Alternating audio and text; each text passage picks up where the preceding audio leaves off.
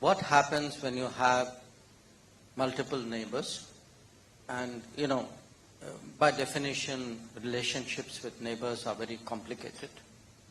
They're all democratic polities.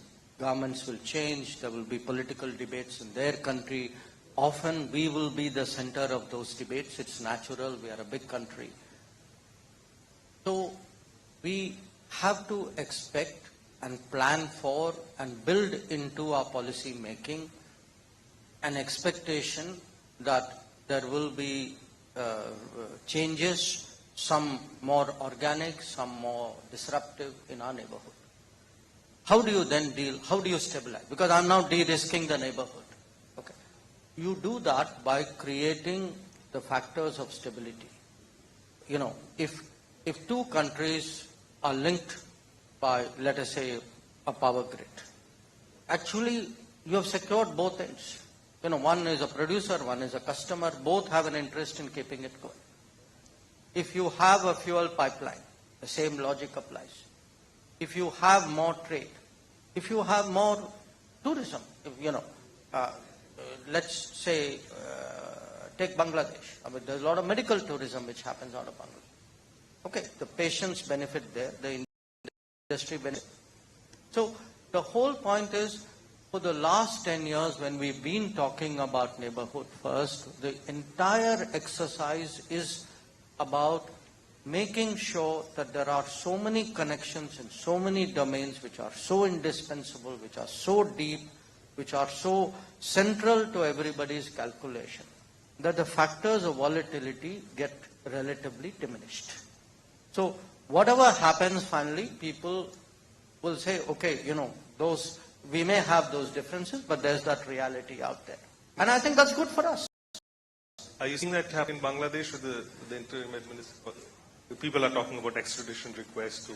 No, look, you are in the newspaper business. For you, it's a 24-hour cycle. I'm in the diplomacy business. For me, I'm prepared to wait at least a few months for anything to fructify. So, I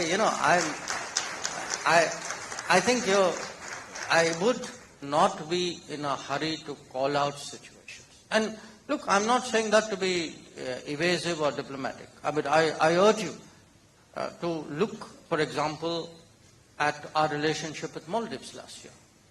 A year ago, people were predicting all kinds of things about our relationship. The fact is, the factors of stability at the end of the day kicked in.